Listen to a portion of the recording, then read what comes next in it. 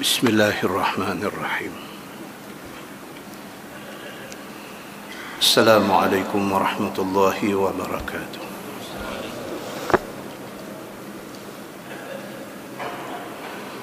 Alhamdulillah.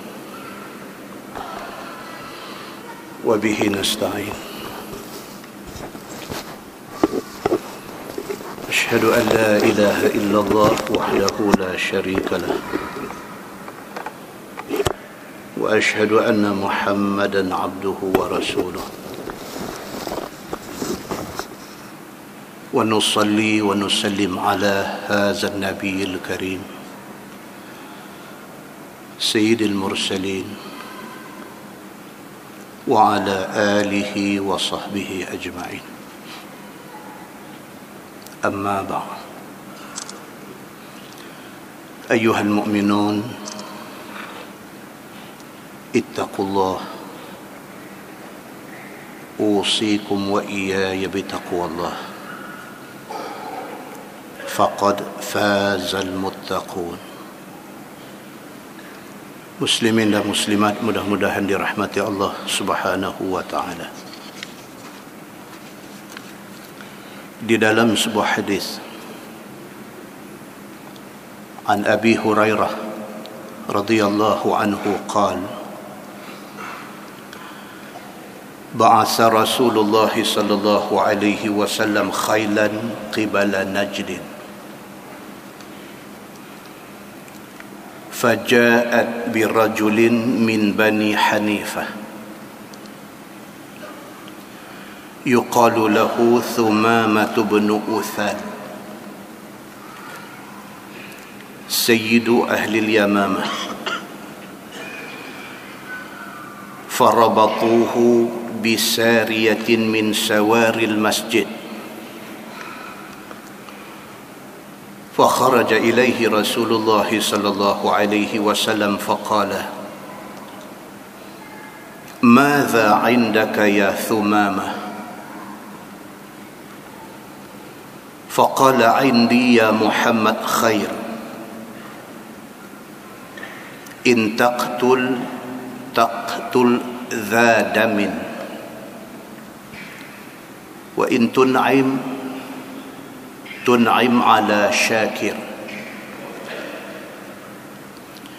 وإن كنت تريد المال فسل تعطى منه ما شئت. فتركه رسول الله صلى الله عليه وسلم حتى كان بعد الغد.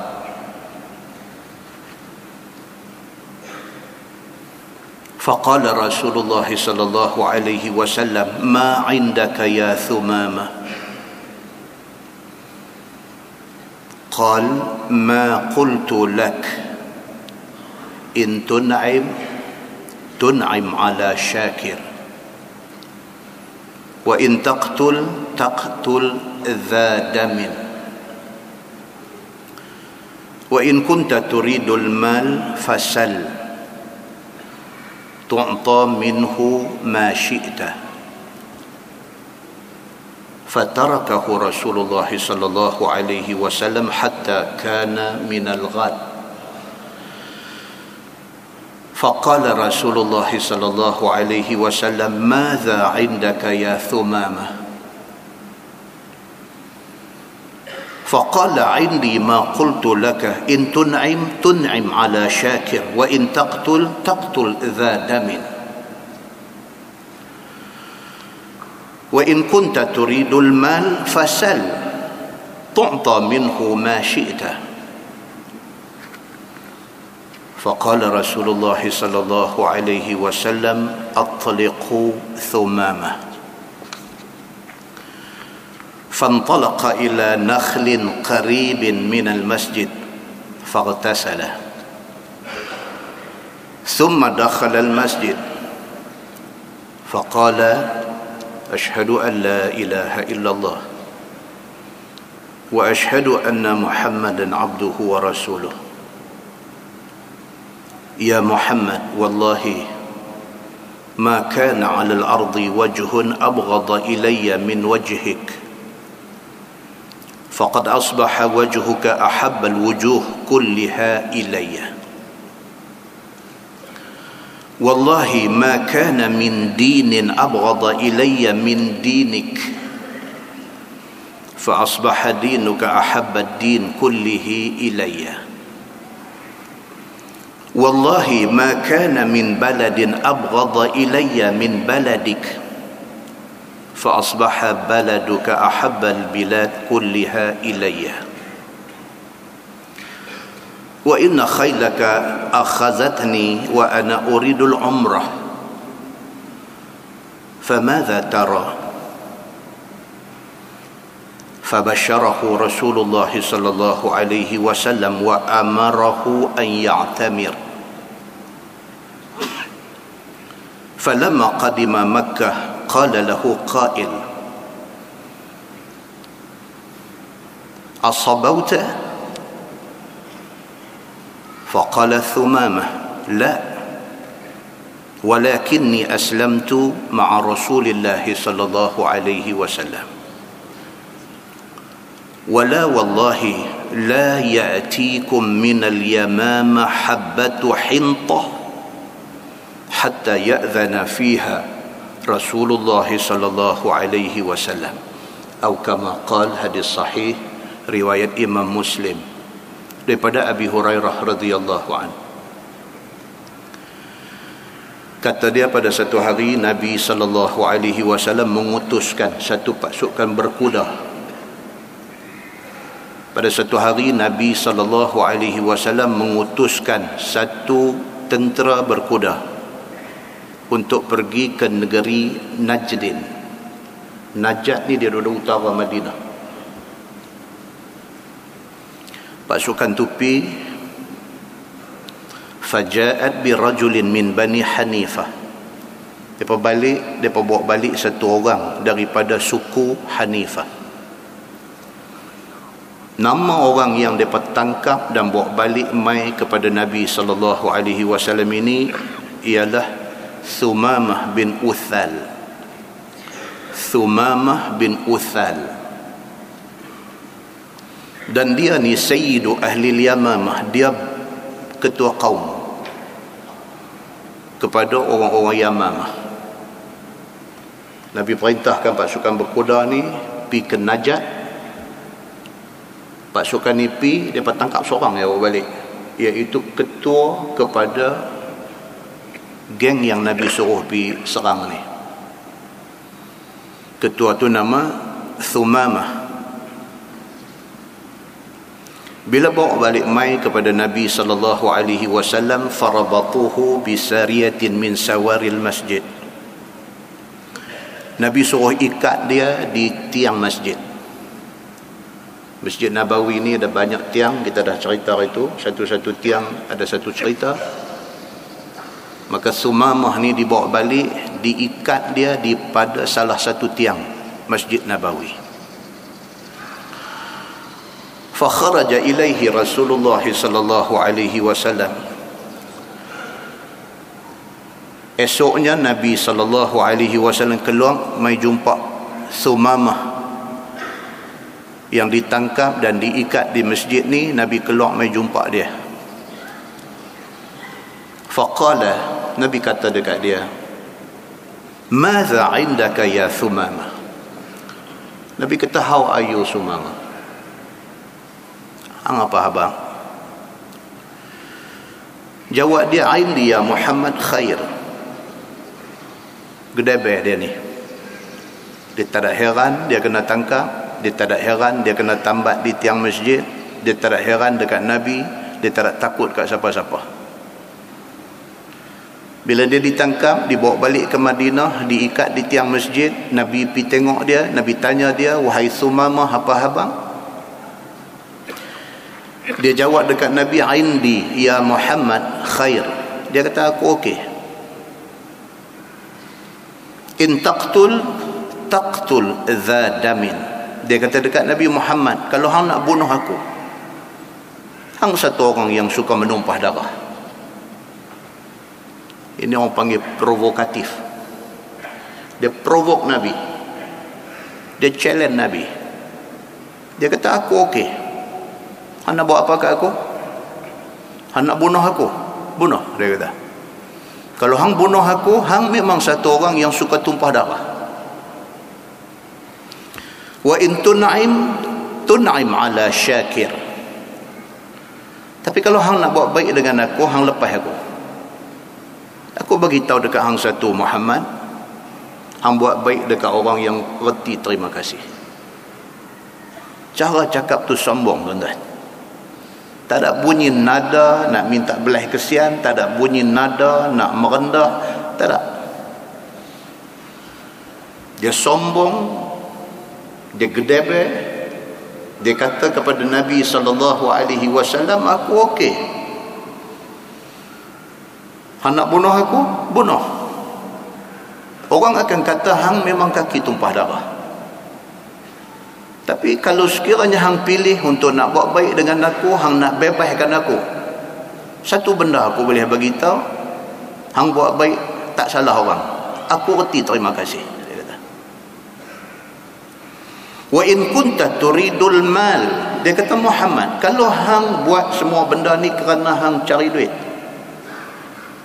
hang suruh orang-orang hang pi serang tempat aku, pi tangkap aku, heret aku bawa balik mai, tambat aku di tiang masjid.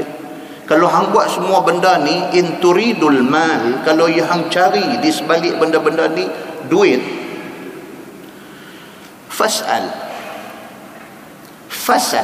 Dia kata, minta hang nak berapa, tu'ta minhu ma syi'ta. Aku akan suruh orang aku bayar dekat hang banyak mana hang mau. Fatarakahu Rasulullah sallallahu alaihi wasallam. Nabi senyum, Nabi tinggal dia. Hatta kana ba'da al-ghad. Esok Nabi mai pula. Faqala Rasulullah sallallahu alaihi wasallam, ma indaka ya Thumamah. Hari kedua Nabi mai, benda sama Nabi tanya. Apa habang Thumamah? Qala, dia jawab ke Nabi, dia kata, ma qultu lak. Hang tanya aku berapa kali pun, aku akan jawab macam kemarin juga. Dia kata, aku okey. Dah 2 hari aku kena tangkap, dah 2 hari aku kena tambat di tiang ni, aku okey. In tun'im ala syakir. Lagi sekali pun nak abang dekat hang Muhammad, kalau hang ingat nak buat baik dekat aku, hang lepas aku, hang tak silap, kerana hang buat baik dekat orang yang reti terima kasih. Wa in taqtul zadamin. Tapi kalau hang ingat nak bunuh aku, bunuh. Dia kata, confirm hang memang kaki tumpah darah. Wa in kunta turidul mal. Kalau hang mau duit, fasal, habang. Dia kata, minta, hang mau berapa? Tu'ta minhu ma syi'ta. Akan diberi kepada hang banyak mana yang hang mau. Fatarakahu Rasulullah sallallahu alaihi wasallam. Lagi sekali Nabi senyum, Nabi balik. Hatta kana min al-ghad. Hari ketiga lagi sekali benda yang sama jadi.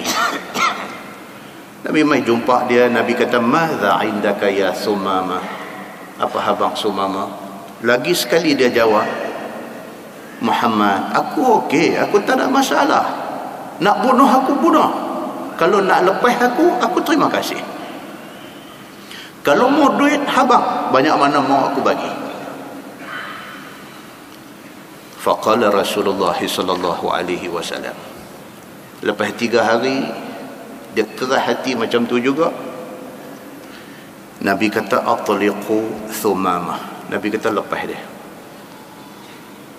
Tuan-tuan, Nabi SAW psikologi dia cukup tinggi.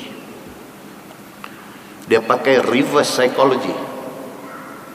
Kita bila berhadapan dengan orang jenis keras hati ni, tak usah keras, tak menang. Kita berhadapan dengan orang yang jenis keras kepala ni, tak usah keras, kita tak menang. Nabi SAW dia reverse. Hang mai, hang tunjuk keras hati, hang tunjuk tak boleh bertolak ansur, hang tunjuk hang tak mau tunduk. Okey. Lepas 3 hari, Nabi kata, At-taliqu Thumamah. Nabi kata lepas Thumamah.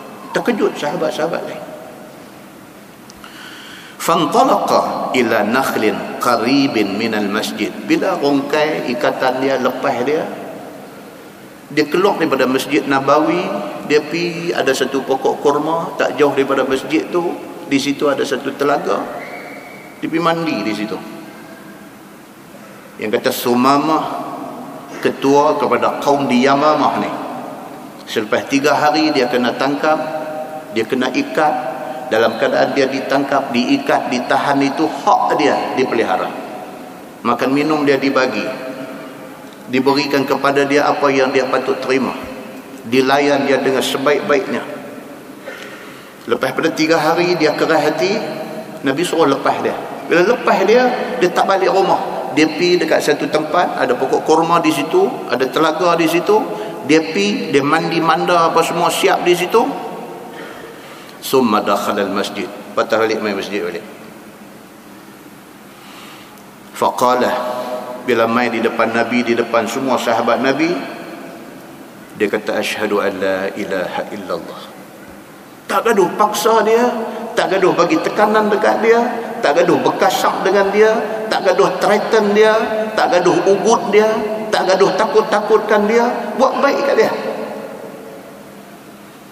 Dia patah balik mai, dia masuk mai tanpa siapa suruh, tanpa siapa paksa dia, tanpa ada sebarang ugutan kena dekat dia. Dia mai di depan Nabi SAW, di depan sahabat-sahabat ada ramai. Dia berdiri di situ, dia kata asyhadu an la ilaha illallah. Aku naik saksi tak ada Tuhan melainkan Allah. Wa asyhadu anna Muhammadan abduhu wa rasuluh. Aku naik saksi bahawa Muhammad, dia tunjuk dekat Nabi, ini adalah hamba Allah dan dia adalah betul-betul punya Rasulullah.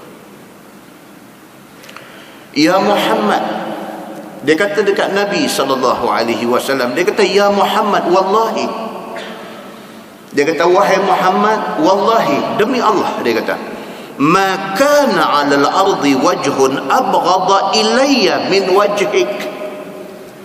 Selama ini tidak ada satu muka di atas muka bumi ini yang aku paling marah, yang aku paling benci, yang aku paling meluat melainkan mukamu.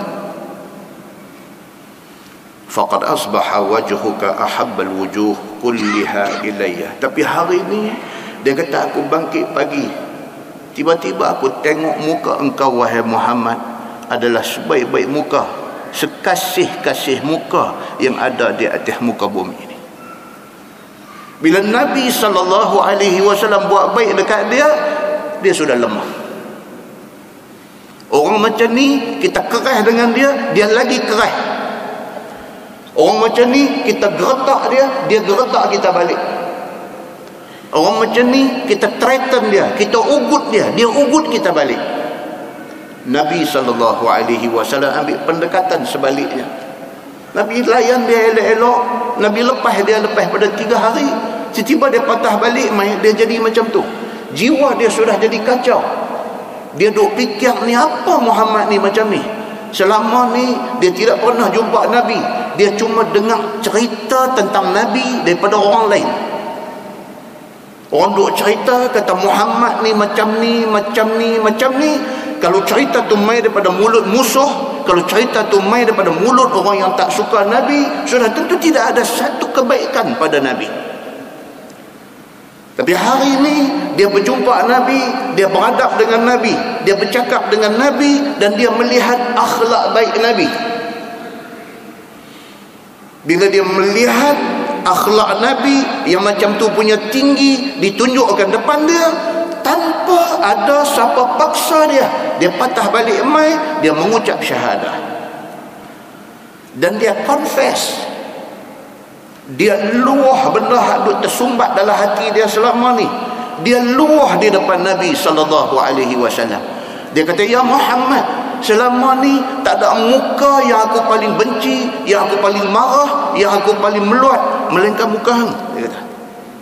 Tapi aku tak tahu pasal apa. Hari ini aku bangkit-bangkit pagi, tiba-tiba hati aku penuh dengan kecintaan pada muka hang. Dia kata, wallahi ma kana min dinin abghadha ilayya min dinik fa asbaha dinuka ahabba din kullihi ilayya. Dia kata, wallahi wahai Muhammad, demi Allah, tidak ada satu agama di atas muka bumi ini yang aku cukup benci, yang aku cukup marah melainkan Islam. Dia kata. Tapi hari ini tiba-tiba Islam sudah menjadi agama yang aku rasa suka, dan aku masuk Islam tanpa dipaksa. Wallahi ma kana min balad abghadha ilayya min baladik fa asbaha baladuka ahabbal bilad kulliha ilayya. Dia kata, demi Allah wahai Muhammad, tiada negeri, tidak ada negeri yang paling aku benci dan tak suka melainkan negeri engkau Madinah ini. Tapi hari ini tiba-tiba aku jadi sayang ke bumi ini. Wa inna khaylaka akhaztani wa inna khaylaka akhazatni. Dia kata, wahai Muhammad, masa pasukan berkuda engkau tangkap aku. Wa ana uridul umrah. Aku sebenarnya nak pergi buat umrah. Tuan-tuan, kita dah baca dah bulan lepas dan bulan sebelum tu, cerita haji umrah ni bukan cerita baru dalam kalangan orang Arab Quraisy. Haji dan umrah memang dah dibuat sejak daripada sebelum turun ayat perintah wajib haji. Kaabah tu sudah menjadi rumah suci mereka semua. Beza dia apa dia? Mereka tawaf Kaabah, kanankan Kaabah. Bezanya apa dia? Mereka buat haji, tawaf Kaabah tanpa pakaian. Bila turun ayat perintah buat haji, haji yang Allah suruh buat berbeza dengan hak mereka buat. Orang Islam disuruh tawaf Kaabah juga, tapi kirikan Kaabah. Orang Islam disuruh tawaf Kaabah juga, tapi dalam keadaan memakai pakaian, sama ada pakaian ihram ataupun pakaian biasa bagi tawaf sunnah. Islam modify amalan yang mereka buat menjadi ibadat yang lebih baik daripada hak mereka buat sebelum itu. Maka ketika Sumamah ditangkap oleh pasukan tentera Nabi, dia on the way, dia nak pergi buat haji. Tiba-tiba dia ditangkap dan dibawa ke Madinah. Dia beritahu balik dekat Nabi selepas dia mengucap syahadah. Waktu aku kena tangkap, dia kata, wa ana uridul umrah. Aku dalam perjalanan nak pergi buat umrah. Famadha tara? Dia tanya Nabi, apa pendapat tuan? Adakah saya nak terus juga pergi buat umrah selepas saya dibebaskan ini? Atau macam mana? Fabasyarahu Rasulullah sallallahu alaihi wasallam wa amarahu ay ya'tamir. Nabi gembirakan dia. Nabi kata, pilah buat umrah. Nabi kata, kalau sebelum ni hang ada ingat nak pergi buat umrah, pi. Nabi kata, engkau sudah dibebaskan, pilah buat apa kamu nak buat. Kalau kamu ingat nak buat umrah, kamu pilah. Falamma qadima Makkah, ni kejadian ni di Madinah. Bila dah Nabi kata lagu tu, dia terus ke Mekah. Bila dia sampai di Mekah, qala lahu qail. Dalam ramai-ramai orang duk ada di Mekah tu, Arab kafir Quraisy. Masa tu Nabi belum lagi masuk ke Mekah untuk pembukaan kota Mekah. Mekah masih lagi di bawah kuasa orang-orang Arab Quraisy. Bila Sumamah pergi ke Mekah, mereka nampak dia main. Dia ni well known, dia ni orang kenal dia, pasal dia suku kaum, dia ketua kepada suku kaum di negeri dia. Dia main, orang tengok, orang kenal. Mereka kata, ni Sumamah. Bila dia main, dia tidak main dalam rupa orang jahiliah, tapi dia main dalam rupa orang yang sudah Islam. Bila dia masuk Mekah dalam rupa macam tu, faqala qailun, berkata orang yang ada di Mekah ni, salah seorangnya kata dia, as-sabauta, wahai Sumamah, kami nampak hang macam dah murtad. Mereka pun kata murtad juga. Kafir ni pun kalau keluar agama mereka, masuk agama lain, dia pun kata murtad juga. Itu sebab orang Arab, kalau dia tengok kawan dia yang dulu agama dia kafir, tiba-tiba nampak macam Islam, dia kata antas sabi, maksudnya hang tinggal agama dah kah? Hang murtad dah kah? Sumamah apabila pergi ke Mekah, penampilan muka dia sudah jadi lain. Tuan-tuan, orang-orang yang masuk Islam muka jadi lain. Muka dia masa dia belum Islam dengan muka dia selepas masuk Islam, Allah sudah bagi nur pada muka dia. Tengok muka kenal, tengok muka sudah nampak cerah, iman tu sudah nampak.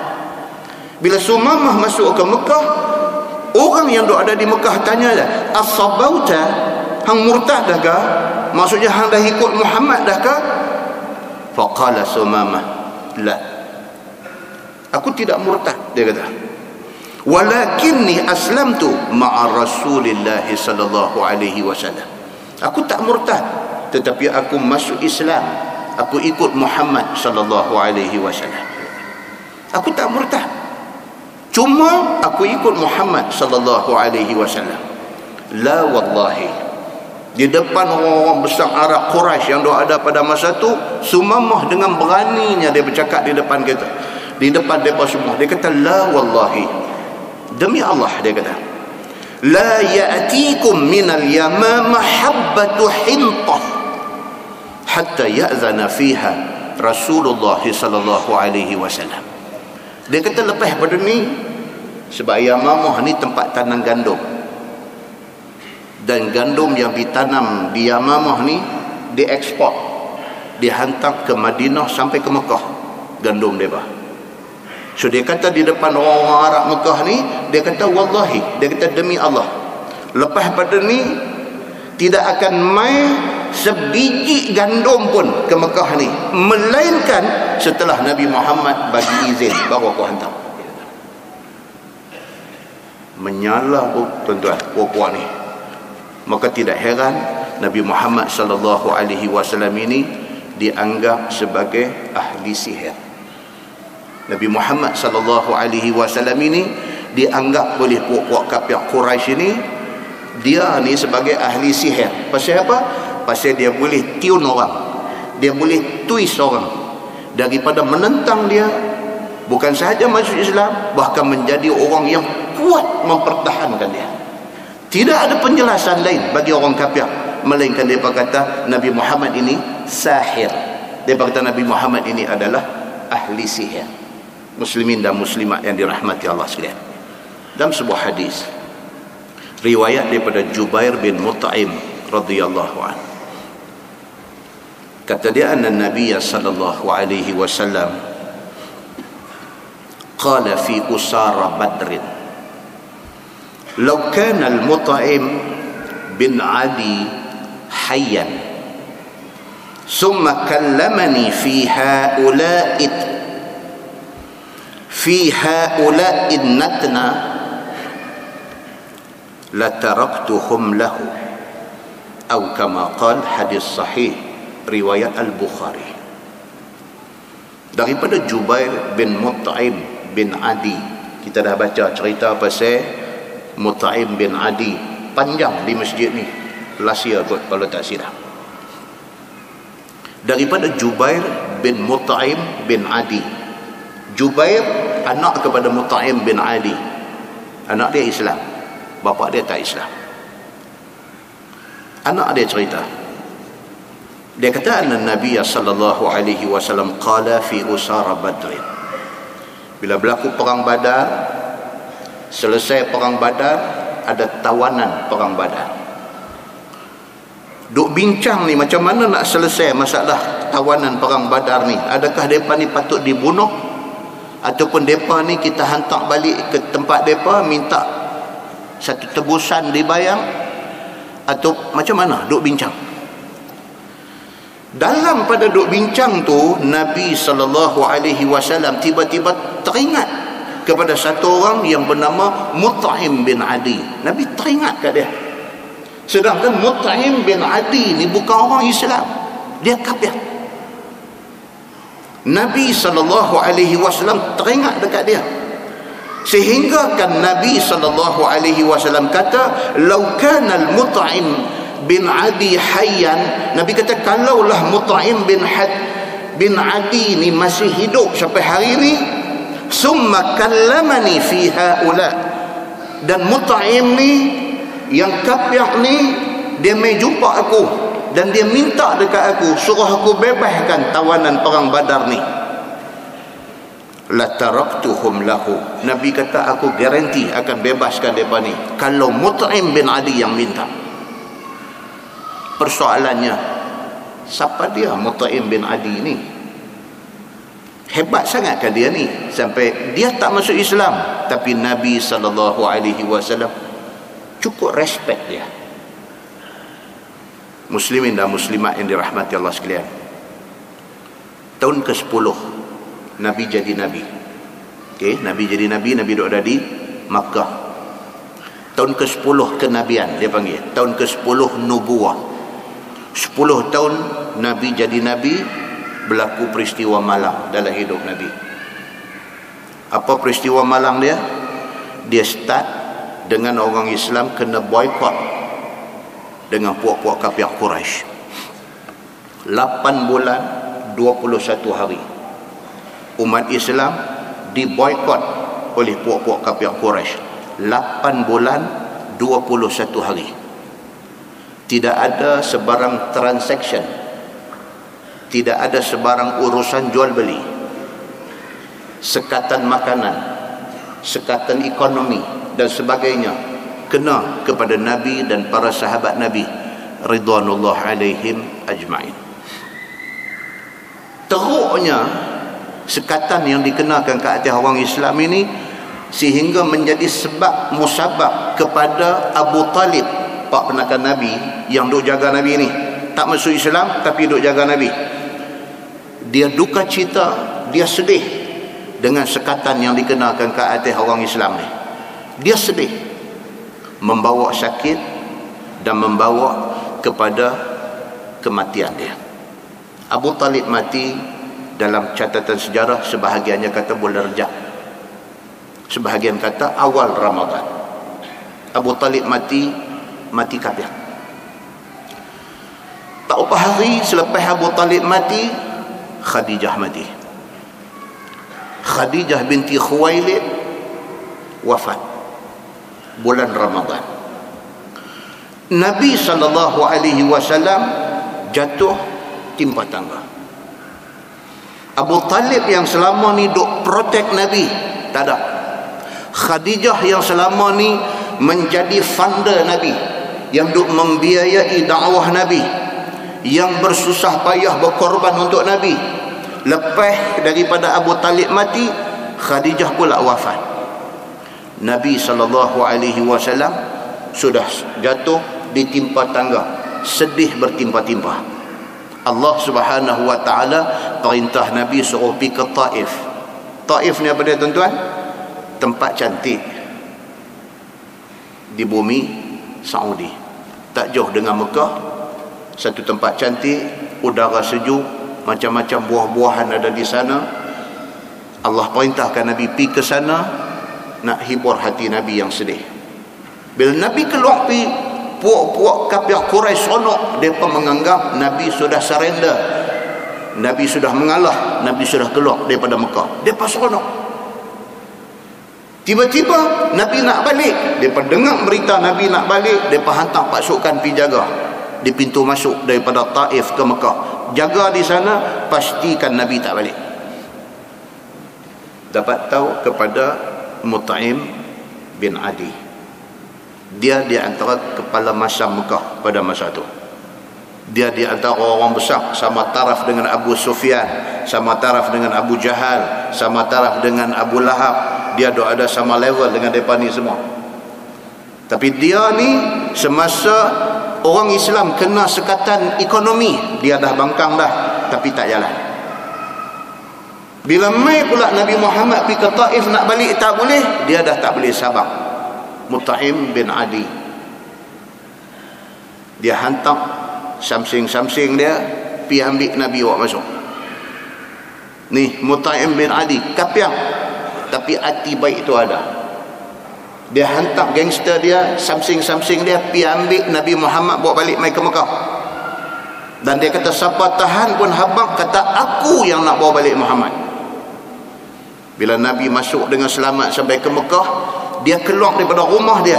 Mut'im bin Adi ni keluar daripada rumah dia, pakai pakaian sebagai seorang pahlawan, siap bersenjata, dia dengan anak-anak dia escort Nabi waktu Nabi tawaf Kaabah.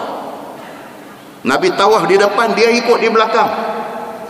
Perbuatan dia ni betul-betul menyakitkan hati dan menyakitkan mata orang-orang besar Arab Quraisy. Abu Sufyan yang pada masa tu belum Islam lagi, dia pergi blok, dia pergi tahan Mut'im bin Adi. Dia tahan tengah duk tawaf tu. Dia kata, aku nak tanya hang satu soalan. Hang masuk Islam, hang ikut agama gila ni ke? Jawab Mut'im bin Adi, tidak, aku tidak masuk Islam, tapi aku bagi protection, aku bagi jaminan keselamatan pada Muhammad. Okey. Abu Sufyan kata, kalau macam tu tak apa, hang buat. Nabi boleh tawaf dengan elok dan sebagainya. Mut'im bin Adi dalam tempoh tu dia bagi tahu dekat orang semua, dia kata, Muhammad duk ada bawah jagaan aku. Siapa sentuh Muhammad dengan kasar, dia mencari masalah dengan aku. Begitulah Mut'im bin Adi sampailah hari dia meninggal dunia. Dia meninggal dunia tidak Islam. Bila Nabi berhijrah ke Madinah, berlaku perang Badar. Bila ada tawanan perang Badar daripada kalangan Arab Quraisy Makkah ni duk bincang benda ni, Nabi teringat kebaikan yang Mut'im bin Adi buat kat dia.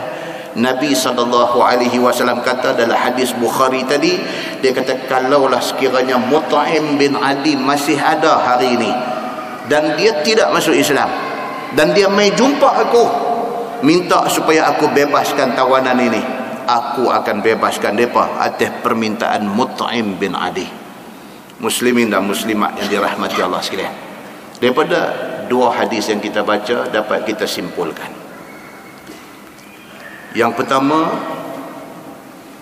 kenang budi ataupun berterima kasih itu adalah akhlak Islam yang baik.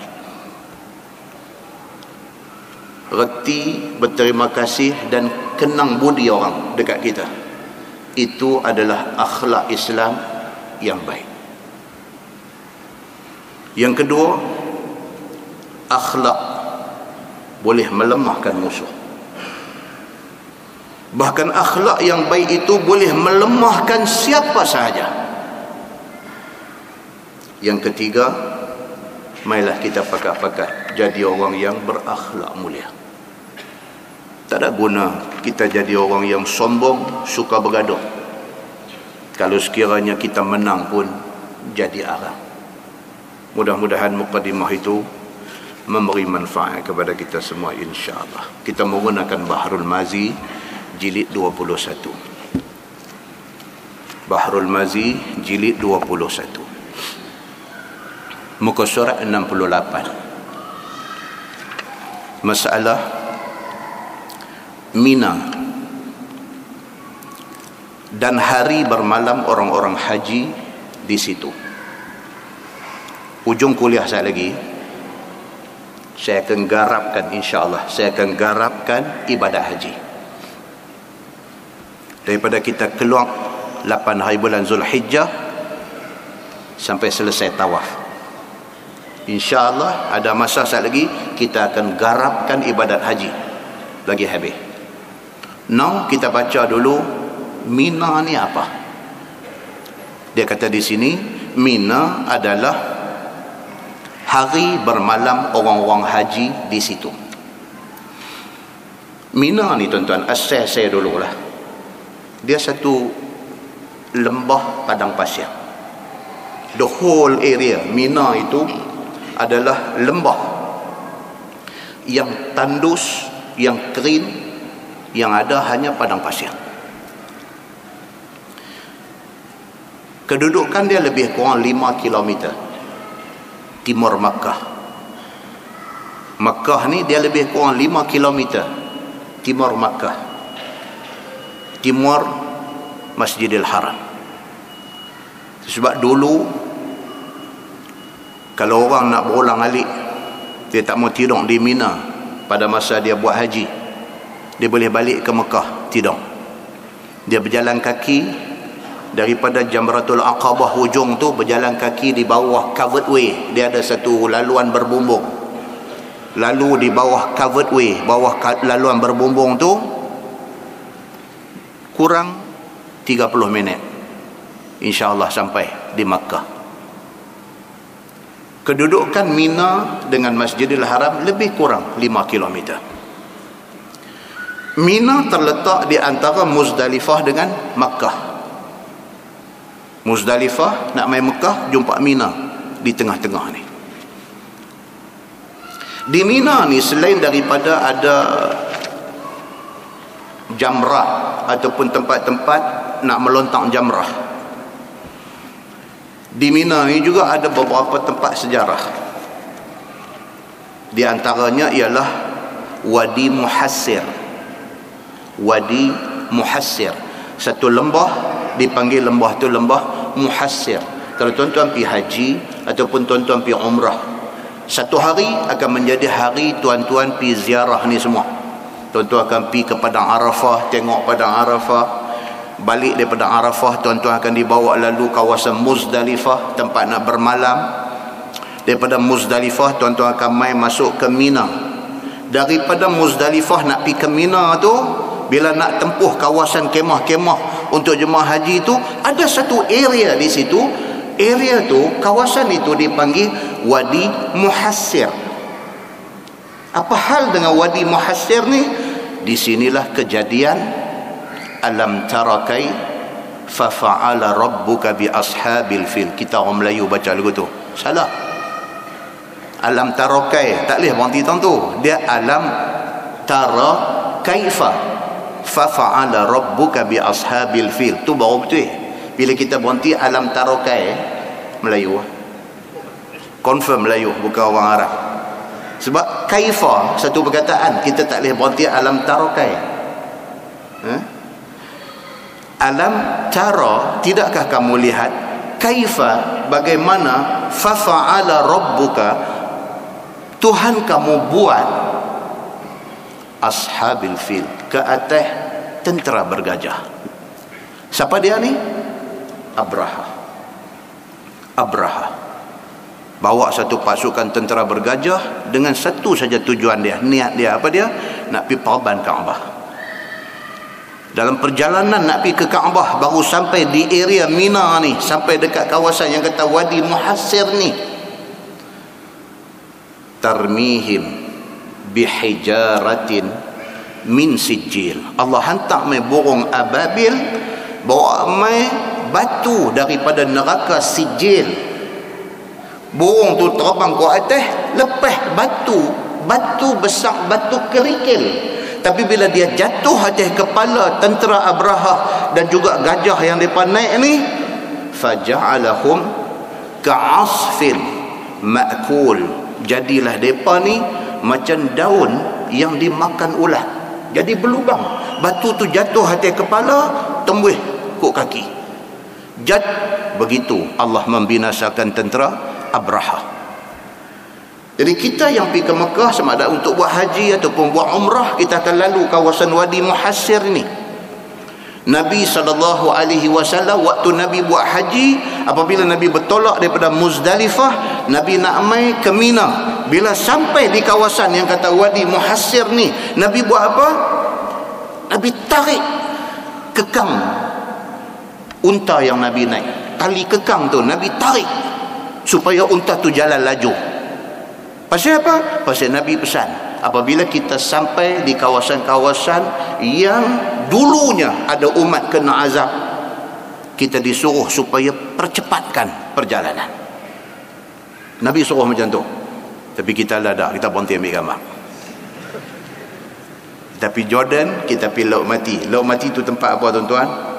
Besar punya bala sudah turun di Laut Mati ni. Kita ambil gambar dan kita dan berenang-renang lagi di dalam laut tu.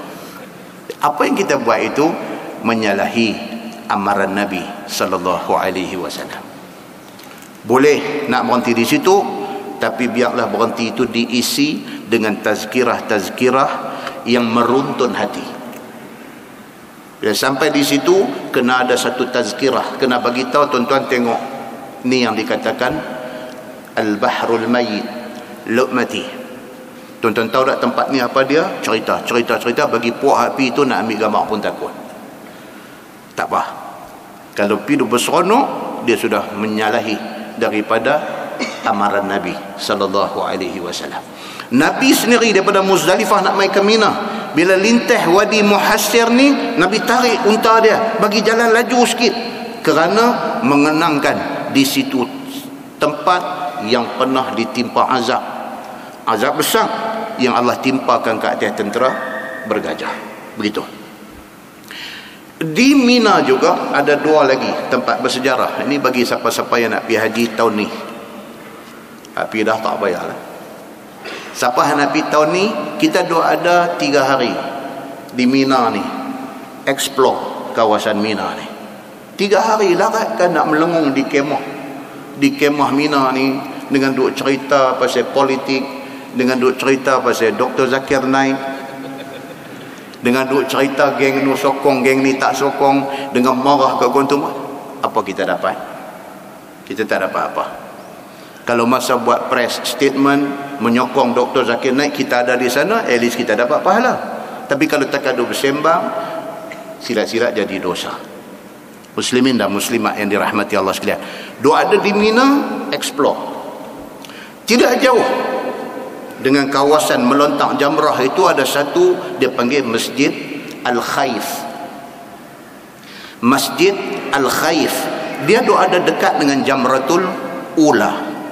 Kalau kita mai daripada Muasim, kawasan kemah orang Malaysia, kita mai, kita jumpa mula ialah Jamratul Ula. Lepas tu jumpa Jamratul Wusta. Lepas tu jumpa Jamratul Aqabah.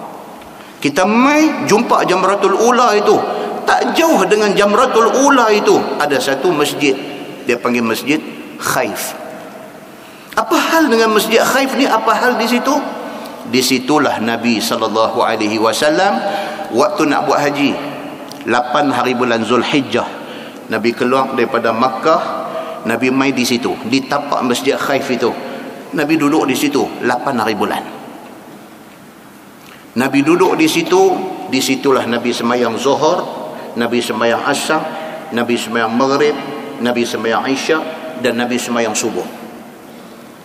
Sembahyang Zuhur, Asar dan Isya Nabi buat qasar, tidak jamak. Ni haji yang Nabi buat. Zuhur buat 2 saja, Asar buat 2 saja, Isya buat 2 saja. Esok subuh, lepas subuh baru Nabi bergerak pergi ke Arafah untuk nak memulakan ibadat haji, untuk nak wukuf di Arafah. Tapak Masjid Al-Khaif itu, di situlah tempat Nabi berkhemah ketika Nabi nak pergi untuk nak buat haji dia. Dan waktu balik daripada Arafah mai ke Muzdalifah, mai ke Mina, di situlah juga tempat Nabi duduk ketika Nabi sallallahu alaihi wasallam bermalam di Mina pada 11, 12 dan 13 hari bulan, bermalam dan melontak di ketiga-tiga jamrah. Maka tapak Masjid Al-Khaif itu, di situlah tempat Nabi sallallahu alaihi wasallam duduk. Satu. Pi pula lebih kurang 300 meter daripada Jamratul Aqabah noh, nak menghala pi ke Kaabah noh. Jamratul Aqabah tak jauh dengan Jamratul Aqabah, lebih kurang 300 meter. Tuan-tuan explore, jumpa. Dia panggil Masjid Bai'ah. Lah kerajaan Saudi dia tak buat bagi elok masjid tu, dia biar lagu tu aja. Tapi dia tak buang juga, dia biar lagu tu aja. Pasal apa? Kalau dia buat bagi elok sikit, ramai pakat pergi duk urut dinding dia, ramai nanti pergi duk tuang ayak, duk tak ada ayak, ambil basuh muka dan sebagainya. Orang kita suka dengan benda-benda macam tu. Jadi dia biar macam tu aja. Siapa tahu, siapa tak tahu sudah pergi. Pasal benda ni tak ada berkaitan dengan ibadat haji dan umrah. Dia hanya satu kesan peninggalan sejarah. So 300 meter daripada Jamratul Aqabah itu ada pula satu dia panggil Masjid Bai'ah. Pasal apa dipanggil Masjid Bai'ah? Kerana di tapak itulah Nabi SAW terima rombongan daripada Madinah. Masa tu panggil Yasrib. Nabi belum hijrah lagi ke Madinah. Orang Madinah duk dengar cerita pasal Muhammad bin Abdullah yang katanya jadi Nabi.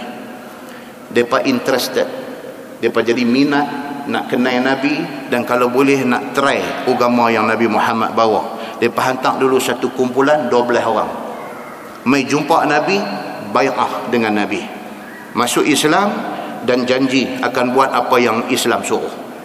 Lepas tu mai grup kedua.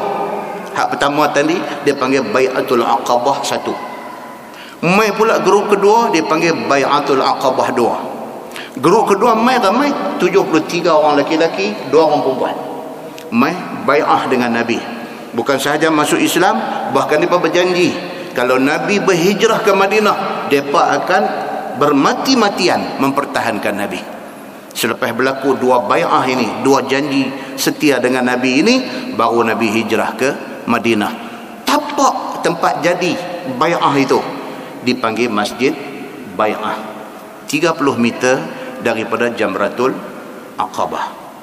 Bila sampai di Mina, ini tempat-tempat sejarah yang ada kot tu. Jadi bila kita direzekikan Allah untuk buat haji, saja explore. Sebab kita akan ada 3 hari di situ. 3 hari itu cuma nak bermalam dan juga lepas lohok nak melontang. Lain pada tu kita tak ada apa. Alangkah baiknya kalau diisi dengan exploris, dia panggil.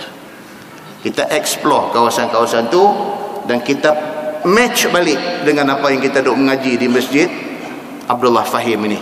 Bila dia match tu, dia panggil connected. Dia connected. Ilmu hak kita mengaji tak nampak, dengan kita pergi tengok tempat tu, dia klik masuk elok. Lebih kuat lagi iman kita kepada Allah Subhanahu wa ta'ala. Muslimin dan muslimat yang dirahmati Allah sekalian. Dan di Masjid Khaif yang kita kata tadi, berlaku satu hadis yang popular. Di Masjid Khaif yang kata dekat dengan Jamratul Ula tu, berlaku satu hadis yang popular, riwayat daripada Yazid bin Al-Aswad radhiyallahu an.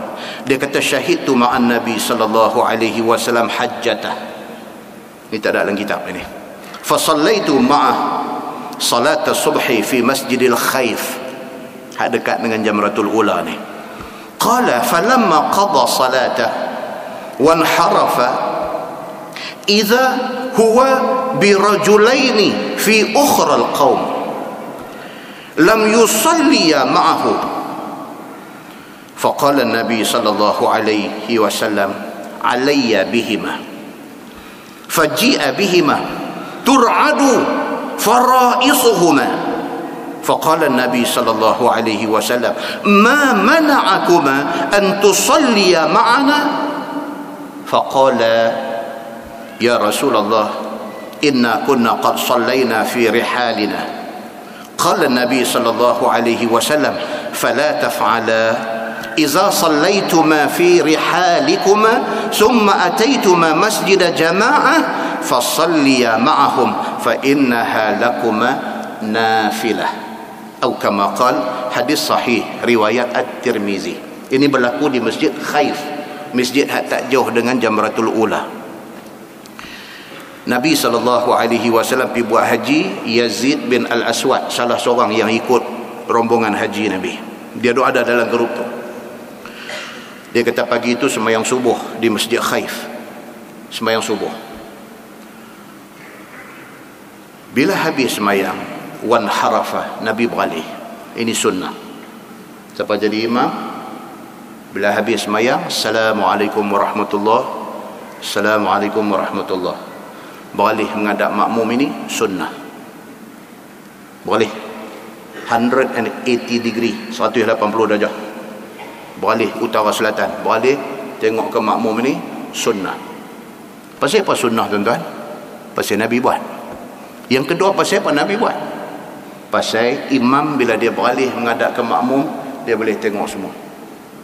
Mungkin ada lagi orang duduk semayang, mungkin ada jemaah mana akan masuk form lagi satu jemaah hujung sana, maka imam tidak wirid derai-derai. Wirid derai mengganggu orang yang masih duduk semayang. So bila imam beralih, dia tengok ke belakang, dia tahu. Tu dia tahu dia nak derai ke, dia nak slow ke, dia nak apakah, dia dah nampak semua. Kerana mengganggu orang semayang itu, walaupun baca Quran dilarang, apatah lagi wirid derai-derai. Kita Jabatan Mufti Pulau Pinang ada keluar sikler. Masjid-masjid boleh cek, ada sikler daripada Jabatan Mufti Pulau Pinang mengingatkan tentang masalah wirid derai-derai lepas semayang ini. Rujuk balik sikler Jabatan Mufti Negeri Pulau Pinang. Muslimin dan muslimat yang dirahmati Allah sekalian, itu fatwa yang menepati. Itu fatwa yang tidak digazet, tetapi itu fatwa Jabatan Mufti yang menepati suruhan Nabi sallallahu alaihi wasallam. So Nabi sallallahu alaihi wasallam falamma qada salatah, apabila Nabi selesai sembahyang, wan harafa, Nabi beralih tengok makmum ada belakang ni. Nabi tengok, idza huwa birajulaini fi ukhra alqaum, ada dua orang yang bukan daripada kaum Nabi, ini daripada suku lain. Ada dua orang yang dua-dua orang ini lam yusalliya ma'ahu, tak sembahyang dengan Nabi. Nabi habis-habis sembahyang beralih belakang, nampak duk bagi medok menyandang tu. Mata Nabi sudah tangkap dua orang ni. Pasal apa dia tak sembahyang? Pasal apa dia tak join jemaah yang sembahyang dengan Nabi? Pasal apa? Bila Nabi tengok, Nabi nampak depan ni dua orang. Maka Nabi SAW kata, alayya bihima. Nabi kata, pergi panggil tu dua ekor tu mai. Dua ekor. Pergi panggil tu dua ekor tu mai. Faji'a bihima. Sahabat pun pergi pegang depan ni dua orang, bawa mai depan Nabi SAW. Tur'adu fara'isuhuma. Ketak dua-dua orang ni. Nabi panggil ni, ketak dua-dua orang ni. Allahu Akbar, salah apa pula dah ni. Dahlah kita ni, mereka bukan geng hadu ikut Nabi selalu, mereka outsiders, mereka orang luar. Dia tengok kena panggil orang pihak pula, Nabi panggil empat dua orang, Nabi panggil ketak. Hadis sebut benda ni dengan terang, tur'adu, shivering, menggeletak dua-dua orang ni, bawa mai ke depan Nabi SAW. Faqala, Nabi kata dekat dua orang ni, ma mana'akuma an tusalliya ma'ana. Nabi kata, apa yang menyebabkan kamu tak join kami semayang tadi? Apa yang menyebabkan kamu tak semayang jemaah sama dengan kami tadi? Hang boleh mai, boleh duduk menyandang tengok kami semayang, pasal apa? Nabi kata, faqala, jawab dua-dua orang ni, ya Rasulullah, inna kunna qad sallaina fi rihalina. Dia kata, ya Rasulullah, kami semayang dah tadi. Pas semayang dulu kan, macam kita lah, rumah dekat dengan masjid, kita berasa macam terlambat lah, tak pergi daripada semayang lah, semayang dulu dengan bini di rumah.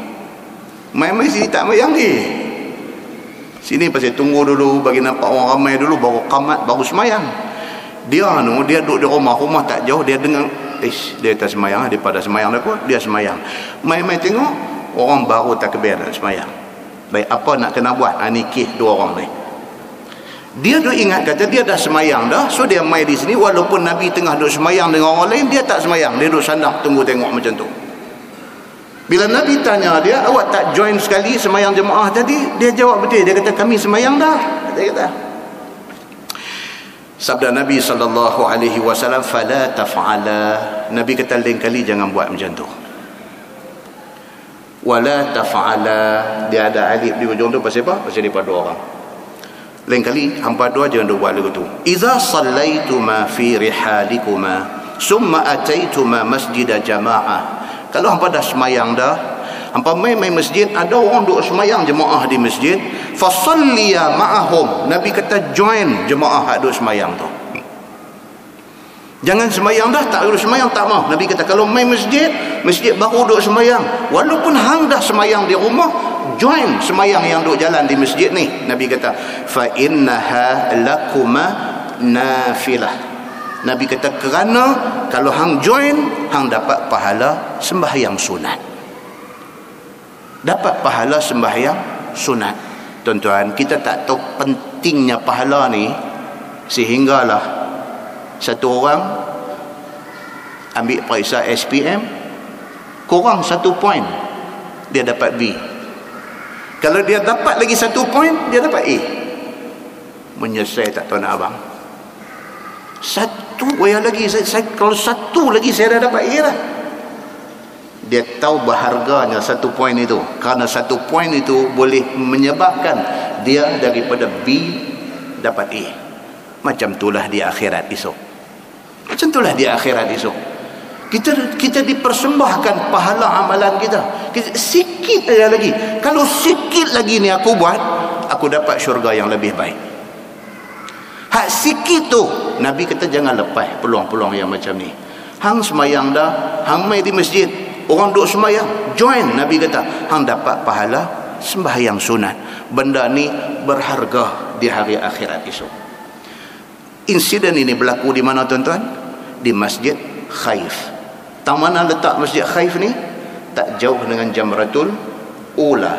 Tak jauh dengan Jamratul Ula. Kalau kita sampai di sana, kita tengok masjid tu, kita pasang balik dengar kita duk mengaji ni, kita ingat balik, oh di sinilah berlaku hadis orang yang dah semayang di rumah mai masjid, dia tak mau semayang dah, Nabi tegur dia. Di sinilah kejadian itu.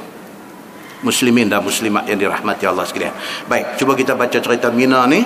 Sesungguhnya dia kata Mina itu adalah nama satu tempat berhenti dan tempat tinggal bermalam orang-orang yang mengerjakan haji kemudian daripada kembali daripada wukuf di padang Arafah. Itu Mina. Daripada Mina, daripada Arafah kita main Muzdalifah, duduk di Muzdalifah sampai separuh malam, lebih daripada separuh malam bergerak mai ke Mina. Di sinilah yang dikatakan Mina itu. Berhenti dan tinggal di situ 3-4 hari kerana nak melontar 3 jamrah. Ini kerja di Mina. Kita nak melontar Jamratul Ula, Jamratul Wusta, Jamratul Aqabah. Kita nak melontar 3 jamrah. Dan kerana lain-lainnya, maka tertentu bagi hari Mina itu ialah 3 hari. Yang kata hari Mina tu 3 hari. Apa dia? Hari 11, hari 12 dengan hari 13. Dah tu hari 10 macam mana? Hari 10 kita sampai di Mina berapa hari bulan? 10 hari bulan. Oh, 10 tak kira lagi sebagai hari Mina? Tak. Dia kata apa? Adapun hari 10 ataupun hari raya itu tidak terbilang sebagai hari Mina. Hanya hari 10 itu adalah hari menyembelih dan hari melontar Jamratul Aqabah. Maka hari 10 kita sampai di Mina itu belum dianggap hari Mina. Itu adalah hari kita sampai-sampai lepas waktu duha, kita melontar Jamratul Aqabah. Lepas itu kita tahallul. Lepas itu kita pergi buat korban. Masuk maghrib baru start bilang hari Mina. Malam 11 baru start bilang hari Mina. Tajuk ni dia teknikal. Jadi siapa yang tak pergi haji lagi, kalau dia hangguk pun dia tipu. Sebab dia tak faham pun. Dia hangguk tu dia tipu. Sebenarnya dia tak faham. Bila mata saya tengok dia hangguk. Dan saya nampak hangguk dia tu tak betul. Dia tak faham. Bagi orang yang dah pergi haji, bila kita cerita ni, dia punya flow ni, dia nampak. Pasal dia dah buat dah. Dia nampak. Pasal apa? Pasal dia dah pergi dah kursus haji dan dia dah pergi haji. Kursus haji itu bila pergi haji dia pasang elok. Malam ni dia main dengar, perkemai sikit lagi. Lepas tu esok dia pergi daftar, nak pergi lagi sekali. Dia jadi macam tu. Okey, tapi tak apa, kita dengar dulu cerita tentang ibadat haji ni. Baik, masalah. Dia kata bermalam di Mina itu wajibkah ke atas orang yang mengerjakan haji? Baik, kita bermalam di Mina ni wajibkah kalau kita buat haji? Bulan lepas kita baca tentang wukuf. Wukuf wajib tak wajib? Wajib. Kalau sekiranya tak wukuf macam mana? Tidak ada haji. Mina ni macam tu kah atau macam mana? Ini dia nak beritahu. Kata Khazin dia dalam tafsirnya, wajib atas orang-orang yang mengerjakan haji itu bermalam di Mina. Wajib. Okay. At least dia kata pada malam yang pertama dan malam yang kedua daripada hari tasyrik, sekurang-kurangnya 2 malam. Kita daripada Arafah mai Muzdalifah malam tu. Lepas tu kita bertolak mai ke Mina. Kita sampai di Mina biasanya sebelum subuh. Biasanya ada orang sampai lewat. Lepas waktu duha dah boleh start pergi melontar di Jamratul Aqabah. Okey. Lepas dah melontar di Jamratul Aqabah, cukup. Sekali saya akan bagi komplit ibadat haji. Lepas pada cukup, kita sudah tahallul awal. Boleh balik kemah, buka kain ihram 2 helai ni, ambil satu track bottom, bubuh t-shirt krokodil. Untuk pergerakan yang lebih ganas di Mina. Ni pasal kita nak explores. Sebab kita nak pergi cari yang kata Masjid Khaif tang mana. Sebab kita nak pergi tengok yang kata Masjid Bai'ah tang mana. Jadi kita kena pakai track bottom dengan t-shirt umbrella. Pakai dan kita boleh pergi ronda. Okey? Pergi sampai ke tempat orang duk buat korban. tak jauh daripada situ ada tempat orang korban. Sampai di sana tempat korban, kita buat dua benda. Yang pertama apa dia? Bayar dam kalau kita buat haji tamattu'. 1 ekor kambing. Pasal kita buat tamattu'. Perdereh sekok lagi untuk korban kita. Ambil kesempatan dalam ibadat haji, 1 ekor kambing kita buat korban. Lepas itu balik ke kemah, tunggu malam. Bila masuk maghrib baru start bermalam di Mina, baru start. Macam tu dia punya cerita di Mina ni.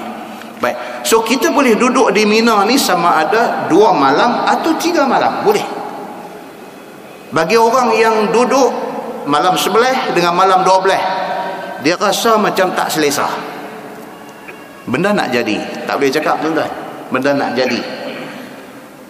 Maktab ataupun kemah yang diperuntukkan untuk kita, tiba-tiba pancok tak ada ayam. Dia nak jadi, pancok tak ada ayam. Buka-buka, ayam tak ada, angin pun tak ada.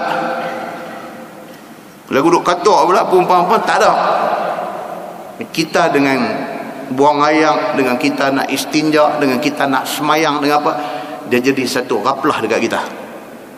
Sebab kita terpaksa pergi masuk maktab orang lain, pergi minta belah ihsan nak guna pancok dia, apa menjadi susah. Yang akhirnya kita buat keputusan, kata aku tak mau duduk sampai 3 malam di Mina, aku nak duduk 2 malam saja. Boleh tak boleh? Boleh. Dan itu dipanggil nafar awal. Bagi orang yang tak pernah pergi, dia pening. Tadi dia kata tahallul awal ni, padu main nafar awal pula. Aku yang ni, aku fed up ni, aku tak faham. Nafar awal dengan tahallul awal pun dia jadi serabut lah. Jangan cerita hal lain lagi. Ni nafar awal dengan tahallul awal ni pun dia tak boleh nak beza dah. Bagi orang yang dah pergi, dia faham. Nafar awal ni apa dia? Orang yang hari kedua nak balik dah, dia tak mau tunggu dah hari ketiga. Okey. Ataupun orang ni dia okey, dia kena susah sikit, dia kata ya ni pahala lebih, dia kata. Dia macam nak duduk 3 hari di Mina. Dia duduk dan dia tunggu sampai hari 13, barulah dia balik ke Mekah. Dia buat nafar sani. Boleh pilih, tidak jadi kesalahan. Sekali lagi dia nanti mai cerita kat kita detail tentang nafar awal dan nafar sani. Okey. So apa jadi, dia kata bila dua ada di sana, apa dia nak buat? Dia kena buat bermalam di Mina 3 malam dan melontar di ketiga-tiga jamrah pada ketiga-tiga hari. Baik. Kemudian dia kata Khazin di dalam tafsir dia, wajib atas orang buat haji bermalam di Mina sekurang-kurangnya malam pertama dan malam kedua pada hari tasyrik, supaya boleh dia melontar pada tiap-tiap hari itu, kemudian daripada gelincir matahari dengan 21 biji anak batu. Pasal apa 21 biji? Pasal ada 3 jumrah. Jamratul Ula 7 biji, Jamratul Wusta 7 biji, Jamratul Aqabah 7 biji. 7 kali 3, 21 biji anak batu. Dia bagi 7 sini, 7 sini, 7 sini. Settle hari itu. Tunggu hari esok pula. Lepas Zohor esok mai pula 7 biji, 7 biji, 7 biji. Settle hari kedua. Lepas settle hari kedua, kalau dia nak balik Mekah, dia boleh balik lah, dengan syarat jangan duk mai lah. Balik-balik Mekah, handphone tertinggal pula. Handphone tertinggal. Tengok jam ni dah dekat nak maghrib dah. Allah ni macam mana ni? Handphone tertinggal. Patah balik sampai sana maghrib. Boleh dah balik ke Mekah? Tak boleh dah. Tak boleh dah untuk nak buat nafar awal tu, dah tak boleh dah. Dia kena tunggu sampai hari ketiga, melontar hari ketiga baru dia boleh balik. Okey? Baik. Dilontarnya 7 biji anak batu pada tiap-tiap jamrah. Kemudian siapa-siapa melontar pada hari yang kedua dan mau berangkat bertolak balik daripada Mina pada hari yang kedua dan tidak mau bermalam lagi di situ pada malam yang ketiga dan meninggalkan melontar pada hari yang ketiga, maka iaitu harus ia boleh. Nak duduk 2 hari saja pun boleh, nak tunggu sampai 3 hari pun boleh. Kerana sabda Nabi SAW, ayyamu mina salasun, ta'ajjala fi yawmaini fala isma alaih. Maksudnya bermula hari Mina itu sebenarnya 3 hari. Tapi kepada siapa yang nak bersegera, nak cepat, nak buat nafar awal, maka berangkat dan bertolaklah pada hari yang kedua daripada hari tasyrik. Siapa yang nak balik awal, hari kedua dia boleh balik. tak mengganggu ibadat haji dia. Ibadat haji dia sah macam orang lain juga, tak ada masalah. Maka tiada dosa atasnya. Wa man ta'akhkhara fala isma alaih. Dan siapa yang lewat dia, yakni sampai kepada hari yang ketiga,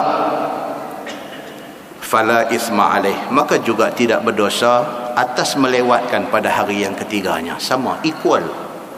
Balik hari yang kedua pun sama dengan balik pada hari yang ketiga. Dia kata dibenarkan oleh agama. Baik, dia kata berangkat bertolak pada hari yang kedua. Ni bagi kisah orang yang buat nafar awal, iaitu maulah dengan syaratnya, kata Khazin di dalam tafsirnya, diharuskan bersegera bagi orang yang berangkat dan bertolak kemudian daripada gelincir matahari hari yang kedua daripada hari tasyrik, dan dahulu daripada lenyap matahari malam hari itu. Siapa yang nak balik hari yang ke-12, dia kena tunggu masuk waktu zuhur baru melontang. Lepas melontang calon, jangan tunggu sampai maghrib. Kalau tunggu sampai maghrib tak boleh lah, dia kena buat nafar sani. Kalau betul dah ingat nak balik hari kedua, masuk waktu zuhur melontang 3 jamrah. Lepas melontang 3 jamrah sebelum maghrib kena balik, kena keluar daripada kawasan Mina dan tidak boleh patah balik. Okey, tabung haji tak bagi buat benda ni, pasal dia nanti jadi serabut. Abu Haji nanti abang kata tak boleh, jangan siapa ada buat memandai-mandai, pergi buat ni semua nafar awal, nafar ini semua, tak mau dengar benda ni semua. Dia kata ini semua leceh. Pasal apa? Pasal petugas dia nanti duk bilang, duk buat head count, duk bilang 5 orang sudah tak ada. Dia kata mana pi 5 ni? Kata tak tahulah, tapi kemarin dia duk sembang pasal nafar awal ni yang kita nak marah. Dia pati marah pula, tanya-tanya, kata ni Ustaz Samsuri suruh abang benda ni masa di masjid. Alhamdulillah fahim saja aja, saya nanti kenal sama kan. Ibadah haji ni dia ada banyak lagi lorong-lorong nakal dia, dah banyak lagi yang tabung haji tak akan bagi kita buat. Okey, di antaranya bermalam di Mina. Ada orang dia tak mau tidur di Mina, tapi dia kena tunggu fi mu'zamil lail, sebahagian besar daripada malam. Sebelum maghrib dia masuk Mina, dia tunggu sampai pukul 1.30, pukul 2 pagi di Mina, dia cengkuih balik ke Mekah, tidur di hotel Mekah. Esok lepas sembahyang asar di Masjidil Haram apa semua, sebelum maghrib dia balik ke Mina. Dia ambil malam tu, dia ambil malam sampai lepas tengah malam, dan pukul 1.30, pukul 2 dia lompat balik ke Mekah. Ini lagi nakal, yang ni tabung haji lagi marah kalau pergi buat benda ni. So, menyusahkan pengurusan tabung haji. Jadi benda ni tak boleh duk suruh orang buat sangat, sebab kita menyusahkan pihak yang mengurus jemaah haji. Tapi hak cerdik ni, hak akal lebih ni boleh buat, tapi jangan jadi masalah. Jangan jadi masalah. Jadi masalah jangan duk tunjuk mai kat saya. Dia macam tu. Baik, maka jika lenyap matahari pada hari ia masih di Mina, nescaya lazim akan dia bermalam. Hari kedua tu duk bertagak-tagak. Hari 12 Zulhijjah ni, nak buat nafar awal tak tau. Tanya kawan dia, hang nak balik tak? Kau ni kata aku ikut hang lah. Tak boleh ke tu? Kalau hang nak balik, abang nak balik, kita balik sekali. Dah aku ikut hang lah. Ya aku pun tak apa ni, aku nak ikut hang juga. Jadi duduk-duduk tetap orang bang marid. Boleh tak nafar awal? Tak boleh lah, tak boleh lah. Pasal apa? Sudah masuk waktu maghrib, cerita nafar awal tutup. Cerita dia kita kena balik esok. Ada orang nak buat nafar awal, pasal apa? Pasal dia tak puas hati. Kalau buat nafar sani, balik hari 13, tabung haji suruh melontang sebelum zuhur. Yang ni satu problem.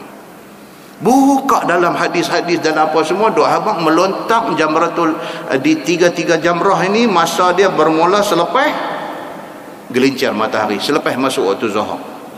Tapi atas alasan kelam kabut. Sebab ni baik nak angkut balik 25,000 orang jemaah Malaysia ni. Baik nak angkut ni, kalau semua nak tunggu lepas zuhur baru melontang, lepas tu nak pergi, jadi kelam kabut. Pasal kita melibatkan pihak pengurusan dengan muassasah, dengan semua jadi macam-macam. Muzakarah haji kata boleh melontang lepas zuhur. Boleh melontang sebelum zuhur. Pergi melontang dulu. Jadi ada sebahagian orang dia jadi galat. Dia jadi rasa tak apa ni, dia kata ni melontang ni mau lepas zuhur. Ni dia kata sebelum boleh pula ni Dalam pada dia duk ralat tu, dia pergi cari ustaz mana ke seorang tanya. Ustaz, melontang di Mina ni hari 11, 12, 13 ni, bolehkah kita melontang sebelum Zuhur? Ustaz ni kata, saya tak berani nak kata. Hadis kata lepas Zuhur. Dia dengar yang tu, dia lagi jadi berah tau, berah lagi. Dia jadi lagi berah. Dia tu ish. Dia kata kalau kata tak sah dan saya pula tak bayar dam, dia kata tabung haji tanggung. Dia duduk main begitu. Ada satu geng lagi pula, daripada nak jadi raplah ni aku nafaraweh, dia kata nafaraweh suruh dah hari yang ke-12 dia melontak lepas Zuhur, kemudian dia balik, dan balik itu dibenamkan. Dia kata aku buat nafaraweh, ada dia jadi macam tu. Pasal apa? Pasal bila mengaji kita jumpa benda-benda macam ni, bila berjumpa kita start duk question benda ni, dia jadi masalah. Benda ni tak boleh buat apa. Benda ni akan jadi di dalam kalangan orang-orang yang pergi buat haji, akan jadi benda ni galak-galak yang macam ni. Okey, jadi muzakarah tabung haji, depa ada alasan depa pun tak sewenang-wenang mengatakan boleh ataupun tak boleh. Mesti adalah benda yang depa rujuk fatwa daripada siapa dan sebagainya, sehinggalah terkeluarnya satu arahan boleh melontar sebelum masuk waktu Zuhur pada hari yang ke-13. Nah, wallahu alam itu. Wallahu alam tu bukan habis lagi, tak habis lagi. Baru wallahu alam bab melontar sebelum Zuhur. Baik, lagu tu. Baik, so dia kata apa di sini? Dia kata, dan inilah yang kata melontar selepas daripada Zuhur, dan kalau nak buat nafar awal mesti keluar selepas Zuhur, selepas melontar dan sebelum maghrib. Dia kata, dan inilah mazhab Syafi'i dan kebanyakan fuqaha. Dia kata, tapi berkata Imam Abu Hanifah, harus baginya berangkat dan bertolak selagi tak terbit fajar.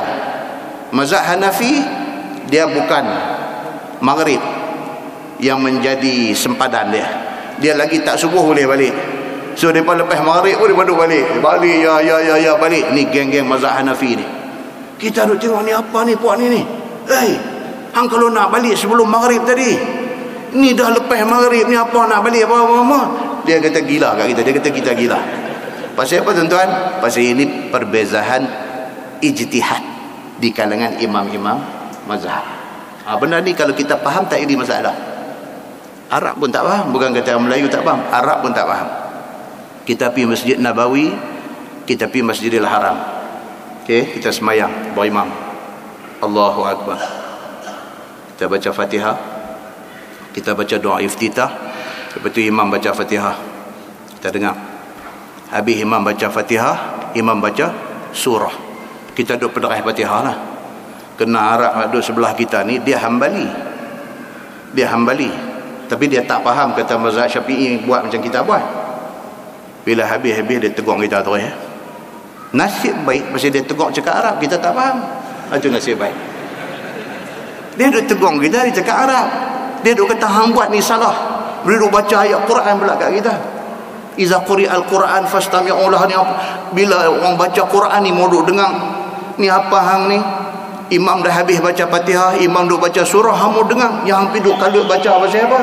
Kita tak faham apa, duk kenyeh kat dia. Yang tu yang Arab tu jadi lagi tension. Dia kata dah lah hang jahil, duk kenyeh. Dia kata macam keraluku, dia marah lagi lah. Kan? Pasal apa tuan-tuan? Pasal dia walaupun dia Arab, tapi dia faham mazhab dia sahaja. Dia faham mazhab dia sahaja. Dia tak tahu kata dalam mazhab Syafi'i membenarkan, bahkan Imam Syafi'i suruh kita makmum ni baca Fatihah. Walaupun imam duk baca surah, kita kena baca Fatihah. Imam Syafi'i kata kalau hang tak baca Fatihah fahuwa khidaj. Dia kata rakaat itu menjadi cacat bagi sembahyang kamu. So kita baca. Dia duk marah kita. Ada harap setengah pula duk sebelah kita. Bila tu imam duk baca surah, kita duk baca Fatihah, dia ungkir tangan kita duk sembahyang ni. Dia duduk semayang tapi dia pegang tangan kita, dia tarik turun tu, dia duduk pegang. Kita tak lagi. Pasal kita pun belajar silat Sunda tak putih limau. Kita pun belajar silat tak putih limau. Ni pun boleh jadi bergaduh dengan orang juga. Nampak tuan-tuan? Kadang-kadang kejahilan ini boleh menyebabkan pergaduhan. Jadi kita faham benda-benda macam ni. Kita mengerti. Bagus Bahrul Mazi ni apa tuan-tuan? Syekh Idris Al-Marbawi ni dia buat mai mazhab-mazhab ni. Dia abang pasal dia mazhab Syafi'i, dia abang mazhab Syafi'i lagu ni, tetapi dia kata mazhab Hanafi lagu ni. Jadi kita kena notice benda tu. Bila kita pergi sana tengok geng-geng India depa banyak Hanafi. Depa lepas maghrib duk belarak balik. Terus saya kata apa kat depa? Selamat jalan, kata jumpa kawanku kain salam. Jangan duk bergaduh dengan orang tanpa kita tahu hujung pangkai cerita. Wallahu a'lam. Wallahu a'lam. Tajuk ni tak masuk lagi tajuk dia ni. Lepas tu dia kata luput wukuf di Arafah itu apa hukumnya? Ini dia repeat last month ya, bulan lepas. Kalau tak dan wukuf di Arafah apa hukum dia? Sesungguhnya siapa-siapa yang luput wukuf di Arafah, dia kata tak pergi wukuf di Arafah atas sebab-sebab yang tertentu. Okey, pergi elok, sihat elok dan sebagainya, sampai di sana pun sihat elok, tak ada masalah apa. Tiba-tiba esok nak hari wukuf, musim ni pun sama, dia akan jatuh musim panas, haji musim panas, tak tahan panas. Dia boleh tembak api sampai 40 lebih, 40 darjah Celsius lebih. Kalau Malaysia sekolah tutup lah, tapi sebab Arab jalan juga, haji jalan juga. Dia main 40, dia main 42, dia main 43 darjah Celsius. Kita kena stroke habah. Kita jenis tak erti minum air, orang Melayu tak erti minum air. Tuan-tuan jadi cikgu sekolah, tuan-tuan mengajar sekolah Melayu dengan tuan-tuan mengajar sekolah Cina, dengan tuan-tuan mengajar sekolah campur Melayu dan Cina. Tengok anak-anak Cina pergi sekolah bawa bekal air tu dia dalam botol Pepsi tu, dia bubuh dalam poket beg dia tu. Cikgu tengah duduk mengajar, dia buka minum. Depa sudah menjadi habit benda tu, minum air. Orang Melayu tak erti, dia tak erti minum air. Kalau nak minum, nak kena ada radix. Air kosong ni tak erti minum, tak erti nak minum. Suruh minum pun dia tegur sekali gitu, dia tak erti nak minum air banyak. Dengan sebab tu kita terdedah kepada macam-macam bahaya bila main musim panas. Kalau kita boleh habitkan benda tu, minum air bagi banyak, insya-Allah bila dia duduk di tempat panas, kita boleh tahan dengan panas yang duk jadi ini. Okey, ini satu boleh tengok perbezaan kita dengan bangsa mereka. Baik. So di sana esok nak wukuf, tahu kita hari ini sudah collapse, sudah rebah pasal tak tahan panas. Masuk ward tak sedar diri, air duk drip di tangan. Esok orang semua pakat duk ada di Arafah, kita duk ada di hospital. Kalau sekiranya pihak hospital terlupa nak bawa kita buh atas ambulans, tekan kita bawa api masuk di dalam border, di dalam bumi Arafah, tahun tu pergi penat saja, tak dapat haji. Tapi kalau pihak hospital bawa kita buh atas ambulans, bawa kita pergi sana dalam tempoh waktu wukuf, bila tempoh dia? Zuhur 9 Zulhijjah. Masuk Zuhur itu start waktu wukuf, sehinggalah sebelum subuh esok.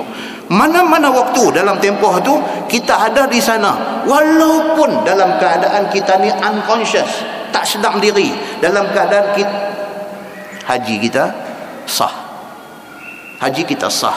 Yang pentingnya apa? Wukuf kita mesti kena ada di sana.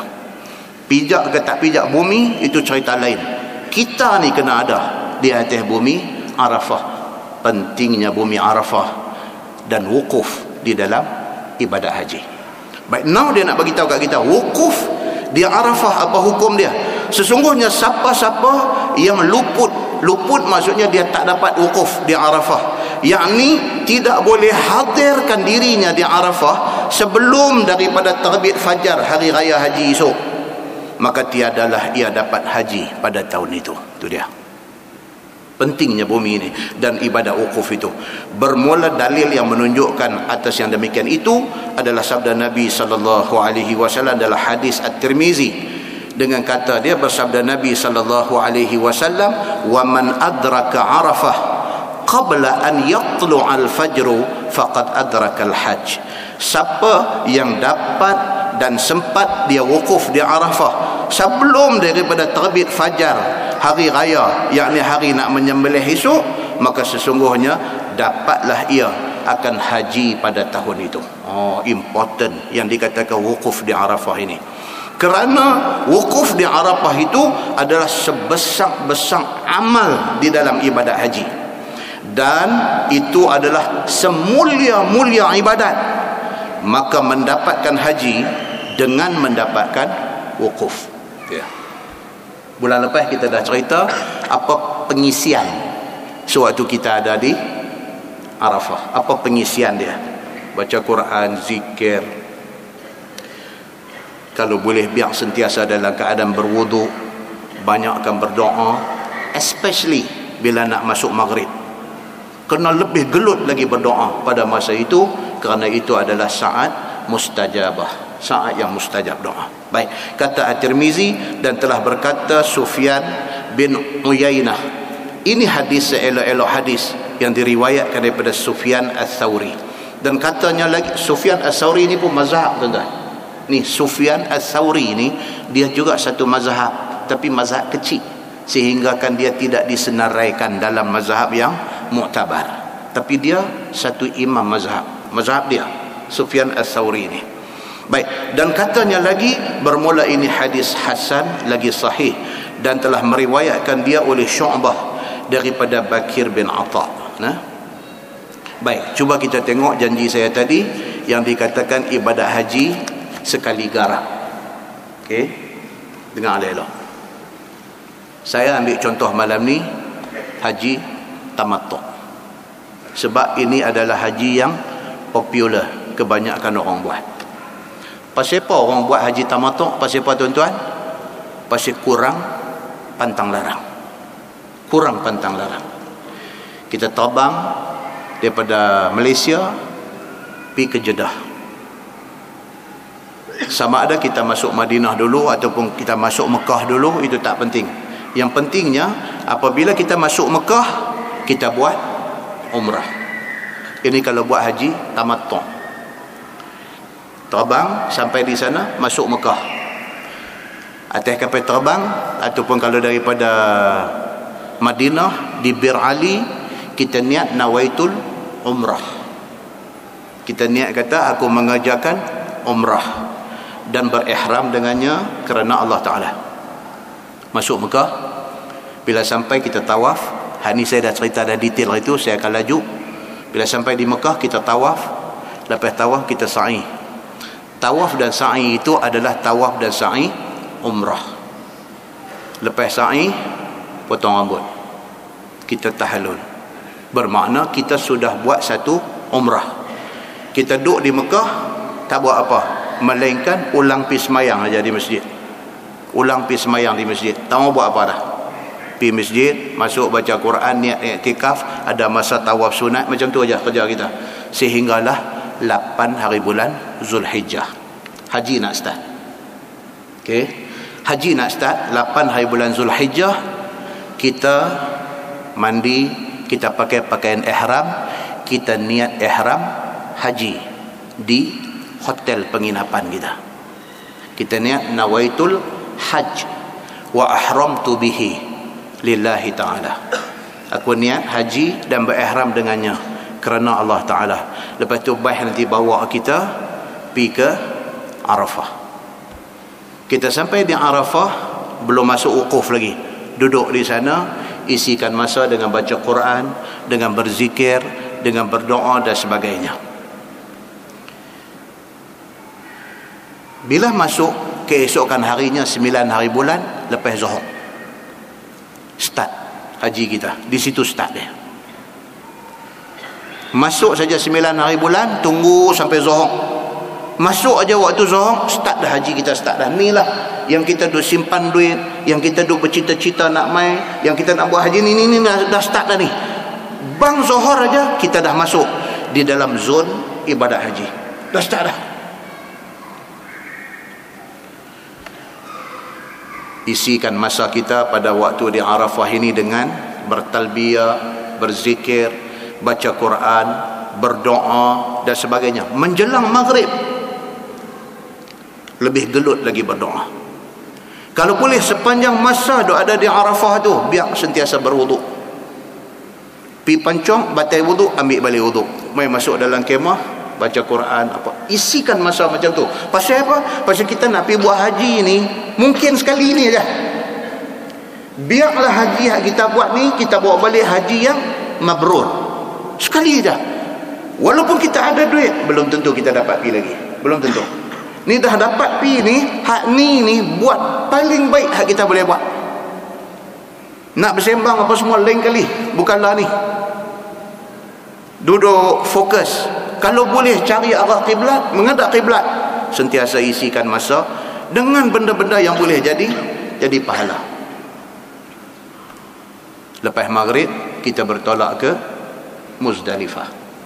Baik nanti mai, kita nanti naik baik, dia bawa kita pergi ke Muzdalifah.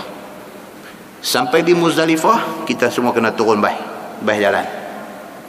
Duduk di bumi Muzdalifah itu, kalau Nabi SAW, Nabi sampai di bumi Muzdalifah itu, Nabi salat jamak di situ, maghrib dengan Isyak. Kita tengoklah, kalau kita lambat, sebab ini pengurusan bas, kita mungkin semayang di Arafah tadi, ataupun kalau bas kita awal, kita mungkin semayang di Muzdalifah, tak kira. Semayang di Muzdalifah.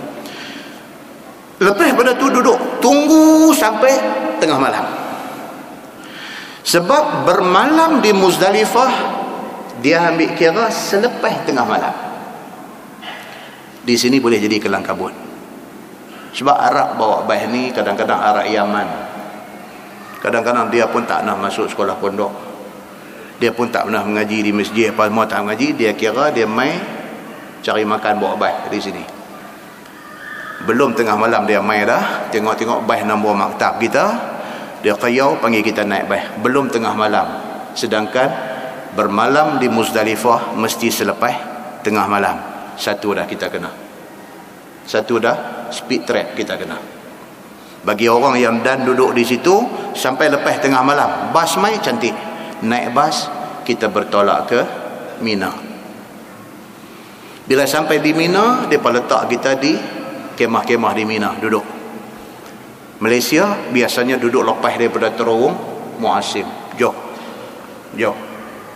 Arab ni tak sahabat macam mana lah dengan mereka.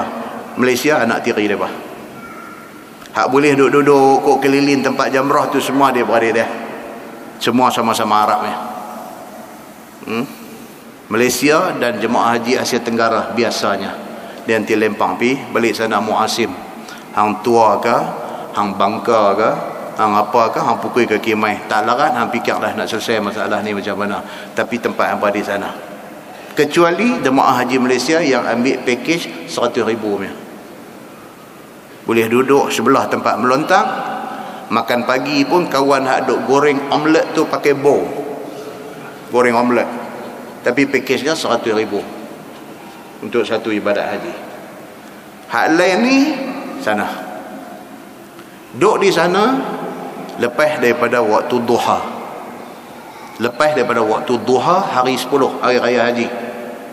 Hari itu kita tak tahu dah raya haji ke raya apa, tak tahu dah. Kita duduk dalam kain ihram tu dengan duduk apa kemasai dengan tak tahu raya tak tahu apa. Lepas daripada waktu duha boleh dah kalau nak berjalan mai. Tabu haji tak bagi pergi, tabu haji suruh pergi malam. Bagi orang-orang yang berani mati. Lepas daripada sembahyang duha boleh keluar dah. Daripada Muasim masuk terowong berjalan mai pelan-pelan, semua one way saja, dia akan sampai di Jamrat. Jamratul Ula, Wusta, Aqabah. Hari 10 ni kita nak pergi punggai yang mana satu? Hak ujung sekali tu, bukan hak mula jumpa. Hak ujung sekali, Jamratul Aqabah. Dan tuan-tuan jangan terkejut, bukan sikit ada punggai di Jamratul Ula ni. Pasal apa? Pasal dia duduk takam lama dah. Dia bawa batu, dia kata jumpa kat aku, pasal dia dipahamkan jumrah tu setan besar.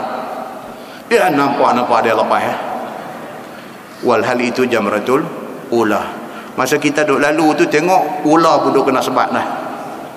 Kita jangan ikut orang. Itu beza orang yang belajar dan faham dengan belajar tak faham dengan tak belajar. Dia bagi dengan muka merah menyala. Orang suruh tiap-tiap Bismillahi Allahu Akbar lagu tu. dia ada takbir, Allahu Akbar, takbir, Allah dia main macam tu, muka merah. Ini kita takut, yang ni kita takut, yang ni mau duk lari jauh, jangan duk pergi join dia bah. 10 hari bulan melontang hak ujung sana, hak last sekali jumpa tu Jamratul Aqabah. Pi sampai di sana 7 biji anak batu, bismillahi Allahu Akbar, baling, bismillahi Allahu Akbar, baling, bismillahi Allahu Akbar, baling, 7 biji. Lepas selesai macam tu, pi cari barber, tempat gunting rambut yang berdekatan, ataupun geng private punya pun ada banyak. Dia model pisau cukur dengan ayam botol satu 10 rial. 10 rial dia kata kullu. Kita duk tanya dia 10 rial kullu. Botak kah kita tanya dia. Kullu botak dia kata botak boh. Berdarah meramu dia bagi. Yang ni private punya geng. Kalau masuk barber dia boleh buat bagi elok, semua tak ada darah apa semua. Tang ni memang berdarah. 10 pun kena, darah pun boleh. Bila cukup tu saja, kita sudah tahallul awal. Tahallul awal, melontak Jamratul Aqabah dengan bercukur. Kita dah buat 2 daripada 3 benda. Kita sudah tahallul awal. Lepas dah selesai tu, baliklah ke kemah kita. Balik ke kemah kita, kalau ada ruang, ada peluang boleh mandi manda ke apa ke semua, penaik satu track bottom, selok track dengan t-shirt apa ke, keluar pula daripada kemah, pergi melilau cari tempat orang duk buat korban. Sampai itu panggil, tunjuk kambing sekong, lagu tu sudah, tak payah cakap banyak. Dia kata khamsumiyah,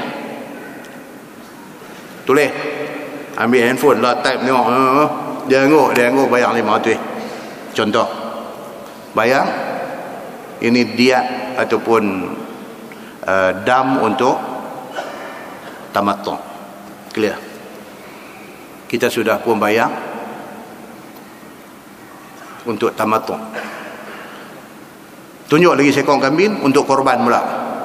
Anggur itu juga sama juga, dia kata 500 ke, bawa keluar 500, yang ni untuk korban. Habaq dia korban. Kalau kita kaki tengok gambar Hindustan hari Sabtu, kurbani kata kurbani, aywa kurbani, dia bagi sekong lagi. Kita dah buat 2 perkara ni, alhamdulillah, balik pergi ke kemah kita. Okey, ini cerita haji ni, cerita haji. Balik pergi ke kemah kita. Bila kita dah selesai dam tamattu dan kita dah buat dah satu korban untuk tahun tu, kita buat pula di tanah suci dan sebagainya. Apa yang kita perlu buat lepas tu ialah bermalam di Mina. Tunggu sampai malam, tidur di Mina. Pagi esok bangkit sembahyang subuh apa semua, tunggu Zuhur esok. 11 hari bulan Zuhur, lepas sembahyang Zuhur keluar mai melontak di ketiga-tiga jamrah.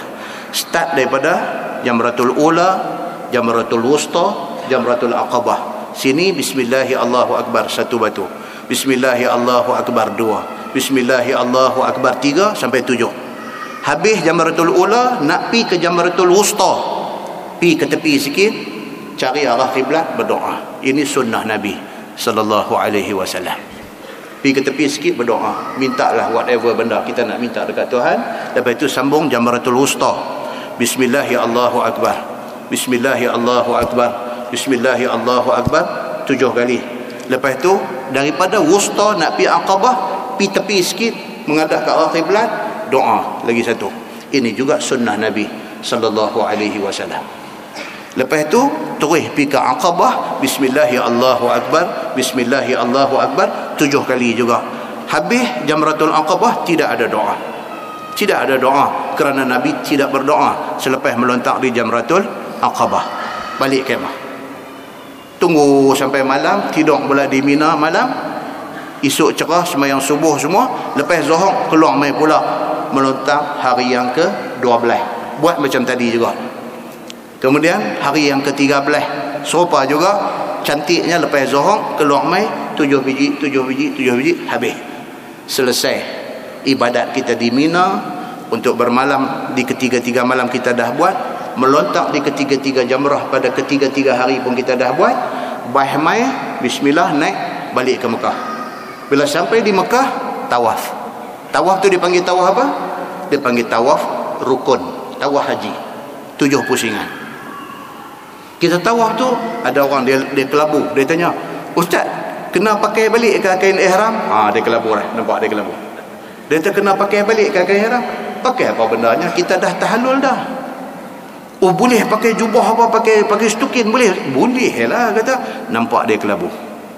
Okey, bila kita sampai di Mekah, tawaf rukun kita sudah selamat, kita boleh pakai pakaian biasa. Tawaf rukun 7 pusingan, sa'i 7 kali, sempurna ibadat haji kita. Very simple. Very simple. Tidak sesusah yang digambarkan kepada kita. Sangat simple. Yang pentingnya apa dia? Kita buat itu menepati macam yang ditunjuk oleh Nabi sallallahu alaihi wasallam. Nah, wallahu a'lam. Lepas ni insya-Allah kita masuk masalah kuat bertengkar dan bermusuh. Di antara benda pantang larang yang paling kita nak kena jaga dalam tempoh kita buat haji baik, buat umrah baik, marah-marah tak mau. Kelemahan akan ada. Kelemahan akan ada.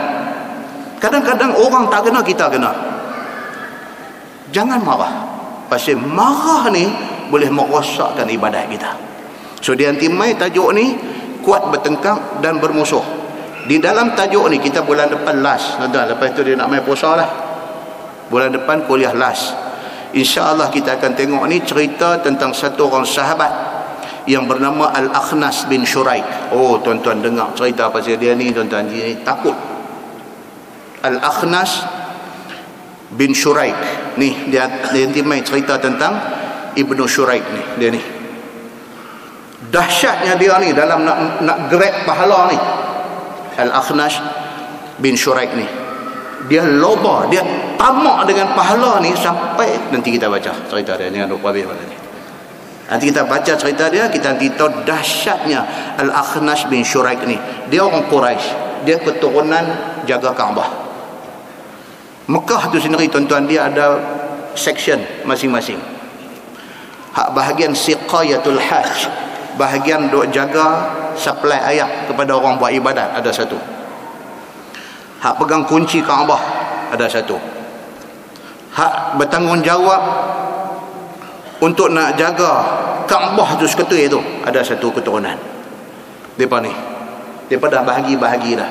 Suku ni jaga ni, yang ni.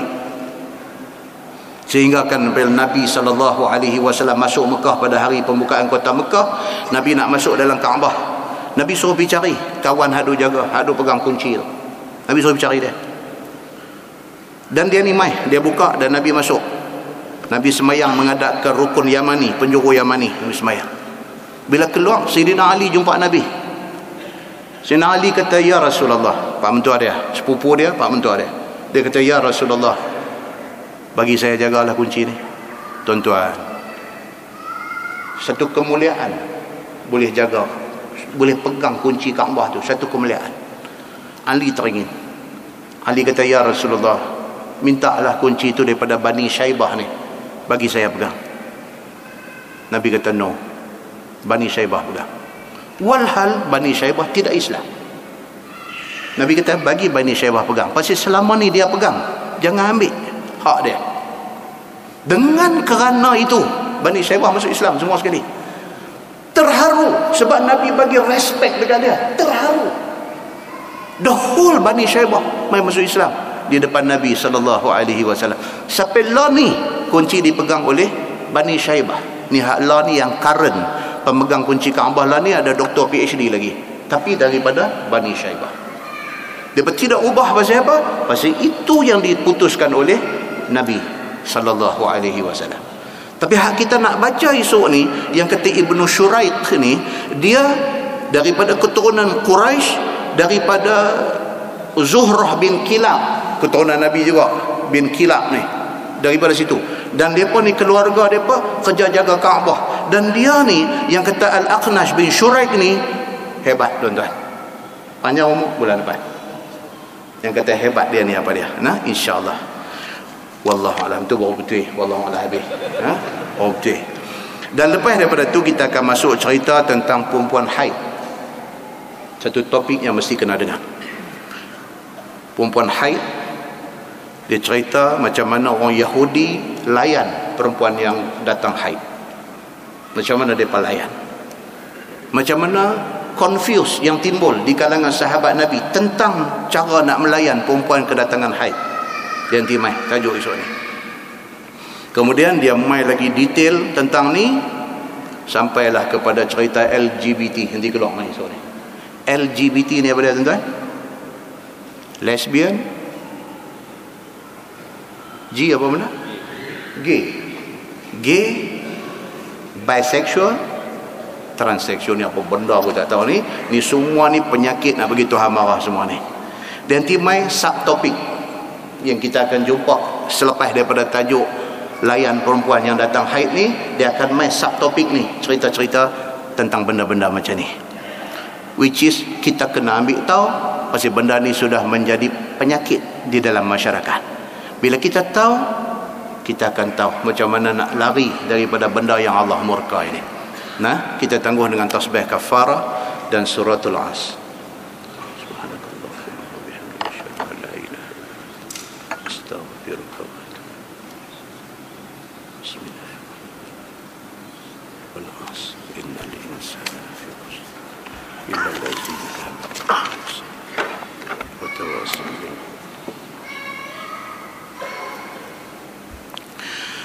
اللهم صل على محمد في الأولين والآخرين وسلم ورضي الله تبارك وتعالى عن ساداتنا أصحاب سيدنا رسول الله أجمعين. بسم الله الرحمن الرحيم. الحمد لله رب العالمين حمدا يوافي نعمه ويكافئ مزيده. يا ربنا لك الحمد كما ينبغي لجلال وجهك الكريم وعظيم سلطانك. رضينا بالله ربا وبالإسلام دينا وبمحمد نبيا ورسولا. اللهم افتح علينا فتوح العارفين وارزقنا فهم النبيين بجاه خاتم المرسلين.